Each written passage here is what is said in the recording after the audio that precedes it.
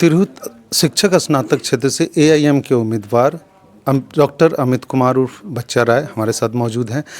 इनसे शिक्षा पर जानने की कोशिश करेंगे, क्या विचार इनका। सर, वैशाली जिला में एक प्रखंड है वैशाली, जिसके नाम से पूरा जिला है, लेकिन वैशाली प्रखंड में एक भी सरकारी डिग्री कॉलेज नहीं है। उसके बारे में कुछ कोशिश करेंगे क्या? देखिए, वैशाली प्रखंड की जहाँ बात है, सरकार की अभी जो आई है डिग्री कॉलेज तो बहुत सारे खुले वहाँ। वैशाली प्रखंड अंतर्गत कहा जा सकता है कि वो प्रखंड अभी खाली था। हमने 16 प्रखंड में 16 डिग्री कॉलेज खोलने का संकल्प लिया था और पर्याय कारण में 2016 में हम जितने सभी प्रखंडों में खोल पाए। वैशाली प्रखंड के लालगंज में अब आ गया था, उस सठियौता में ठाकुर देवी राजदोरा रामचंद्र राजौरा बोआजीराव डिग्री कॉलेज को हमने खोला। तो वहाँ एवीएस कॉलेज भी था, चूँकि वैशाली और लालगंज के बॉर्डर पर था और हमारा वो कॉलेज भी वैशाली लालगंज के बॉर्डर पर था। तो एबीएस कॉलेज था, वहाँ चल रहा था, और ठाकुर देवी रामचंद्र बोआजीराव डिग्री कॉलेज को हमने खोला, वो भी चला। सरकार की जहाँ बात आपने कहा कि वैशाली में कोई डिग्री, हमको तो आज भी ऑलरेडी आप वहाँ मेरा ज़मीन भी है। मैंने वैशाली के 16 प्रखंड में 16 डिग्री कॉलेज खोलने का संकल्प लिया, उसको पूरा भी किया। इतना ही नहीं, सभी कॉलेजेस को ऑलरेडी प्रस्वीकृत का दर्जा मिला, अस्थायी प्रस्वीकृतिकरण भी किया गया। बीच में पर्याय कारणों से कुछ कॉलेज डिस्टर्ब भी हुए, लेकिन अब हम कहना चाहेंगे कि जो कॉलेज संरचनाओं से परिपूर्ण है और सरकार वहाँ कॉलेज खोलना चाहती है, तो केवल सरकार ये कह रही है कि हम बिल्डिंग कंस्ट्रक्शन करेंगे, तब तक वे भाड़े की बिल्डिंग मांग रही है। तो क्यों ना उन तमाम कॉलेजेस को अधिकृत कर दिया जाए। वहाँ लालगंज कॉलेज, लालगंज भी डिग्री कॉलेज चल रहा है अभी।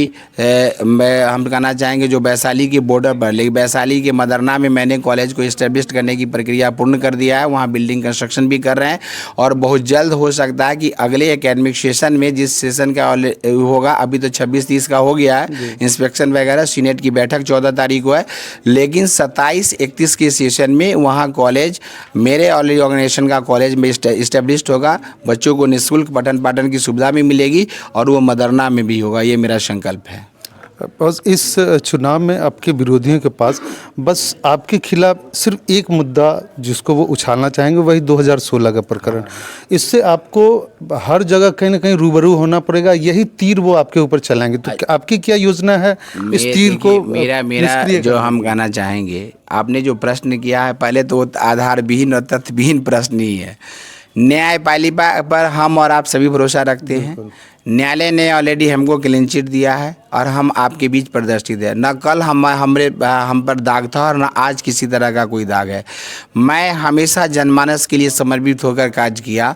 आज जिस स्कूल में आप चले जाइएगा तो लोग जहाँ मिले, अगर 16 टीचर है तो उस स्कूल में ऑलरेडी 8 से 10 टीचर मेरे प्रोडक्ट हैं। सवाल है, मेरे यहाँ से लड़के यूपीएससी क्वालिफाइड कर रहे हैं, बीपीएससी क्वालिफाइड कर रहे हैं। मेरे यहाँ से डॉक्टर, इंजीनियर सभी ऑलरेडी मेडिकल के स्टूडेंट्स निकले, जेई मेंस और जेई एडवांस के स्टूडेंट्स निकले। सवाल है, तो लोग मेरी उपलब्धियों को नहीं गिन रहे। किसी ने हम पर गलत आरोप प्रत्यारोप किया, लोग उसको देख रहे हैं। बच्चा राय ने अपने जीवन काल में क्या किया? आज 370 एकड़ ज़मीन डोनेट करने वाला सिंगल परिवार बच्चा राय है, जिसने ऑलरेडी बिहार सरकार को, गवर्नर और बिहार के नाम से डोनेट करके इतने सारे संस्थानों को खड़ा किया। एक डिग्री कॉलेज को खोलने के लिए हम कहना चाहेंगे कि 10 एकड़ ज़मीन का मानक था, उसका इंफ्रास्ट्रक्चर था। बच्चा राय ने ऑलरेडी अपने 35 संपत्ति को बेचकर डोनेट करके सरकार को इन संस्थानों को खड़ा किया। बच्चा राय कोई फैक्ट्री नहीं खोला। बच्चा राय आज आपके बीच चुनाव लड़ने के लिए आए हैं। बच्चा राय को चुनाव लड़ने चौखट को चूमने वाले लोग सदन सुशोभित किए और बच्चा राय हमेशा जनमानस के बीच खड़ा रहकर छात्र हित के लिए कार्य किया और आज भी मैं वही कार्य कर रहा हूँ। मैं बीमार हूँ, लाचार हूँ, डेली डायलिसिस पर है, हमें किडनी ट्रांसप्लांट कराना है, लेकिन बचे हुए ज़िंदगी का कुछ भी संजब भी हमको मिलता है तो हम छात्र ही के लिए समर्पित। आज समाज का कोई भी छात्र जो अर्थहीनता से त्रस्त है और अर्थहीन पिता के पुत्र पुत्रियों को जहाँ आर्थिक सहयोग की ज़रूरत होती है, बच्चा राय उनके लिए हमेशा खड़ा है। उनको लैपटॉप देकर प्रोत्साहित करना, उन बेटियों को अगर मेडिकल में एडमिशन कराना है, उनके पिता मुंह फेर रहे हैं उनसे, तो उनको सम्मानित करके उनको आर्थिक सहयोग प्रदान करना, यही मेरा संकल्प है। मैं जीवन पर्यंत छात्र हित के लिए समर्पित रहा हूँ। हमें न्यायपालिका पर भरोसा था, न्यायपालिका ने हमें ऑलरेडी हमें मुक्त किया उन आरोपों से और आगे भी आपसे मैं ये विश्वास दिलाता हूँ कि मैंने न जीवन में किसी तरह का असंवैधानिक कार्य किया है और न उसके लिए ऑलरेडी हम कभी अपने मन में भाव भी रखते रखते हैं। जिन वोट बैंक के आकाओं द्वारा और राजनीतिक महत्वाकांक्षाओं से विपरीत होकर हमें फंसाने का कार्य किया गया, वो लोग आज स्वयं समाज में मुंह दिखाने के लायक नहीं है। और हम आशा उम्मीद करते हैं कि मैं आज ताल ठोक कर चुनाव भी लड़ा अभी विधानसभा का, और आगे भी हम क्षेत्र का नेतृत्व करने के लिए तिरहुत शिक्षा निर्वाचन क्षेत्र के बीच शिक्षकों का सम्मान, उन सम्मानित शिक्षकों का मत और सहयोग प्राप्त करने के लिए उनके बीच जा रहे हैं और राष्ट्र हित के प्रति समर्पित होकर कार्य करेंगे, मेरा संकल्प है।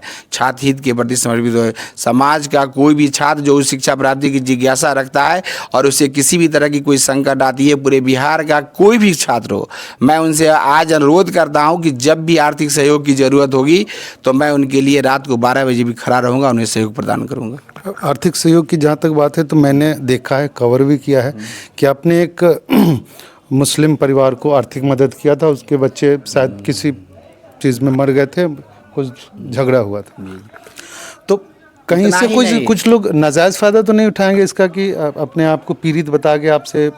नहीं, देखिए मेन सवाल है कि अब हम इंसान हैं, भगवान तो नहीं है। जिस भगवान ने इंसान की सृष्टि किया है उससे भी ऑलरेडी 60% 100% लोग खुश नहीं है। जो कहा जा सकता है, हम आपको ये कहना चाहेंगे कि जो समय निकाल कर, मैं कर्तव्यहीनता नहीं कहा जा सकता, कर्तव्य परायण लोग जो समय निकाल कर भगवान की आराधना करता है, जो संसारिक भौतिक सुखों से परिपूर्ण है, बेटाइम निकाल कर भगवान की आराधना करता है। लेकिन कर्तव्यहीन लोग जो अर्थहीनता से त्रस्त हैं या कर्तव्य कहा जा सकता है कि अब संसार के भौतिक सुखों से दूर है, वो भगवान के मंदिर से भी जब गुजरते हैं तो भगवान को गाली गलौज देते हैं।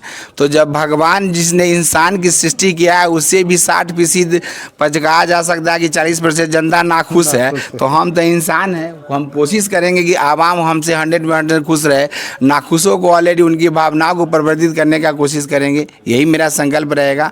हम लेकिन उनकी जो हमें ठगना भी चाहेंगे और झूठ भी बोलना चाहेंगे तो भी हम उनको सहयोग प्रदान करेंगे, मेरा वादा है।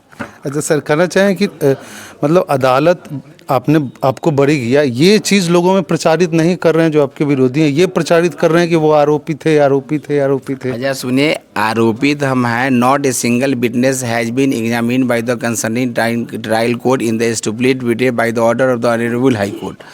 हम जानना चाहेंगे कि एक भी ऑलरेडी स्टार या डॉक्यूमेंट्री विटनेस वहाँ प्रेजेंट नहीं हो पाए। हम पर कोई आरोप ही नहीं था, मतलब बेवजह आपको बदनाम किया, केवल बेवजह हमको बच्चा राय को रोकना था।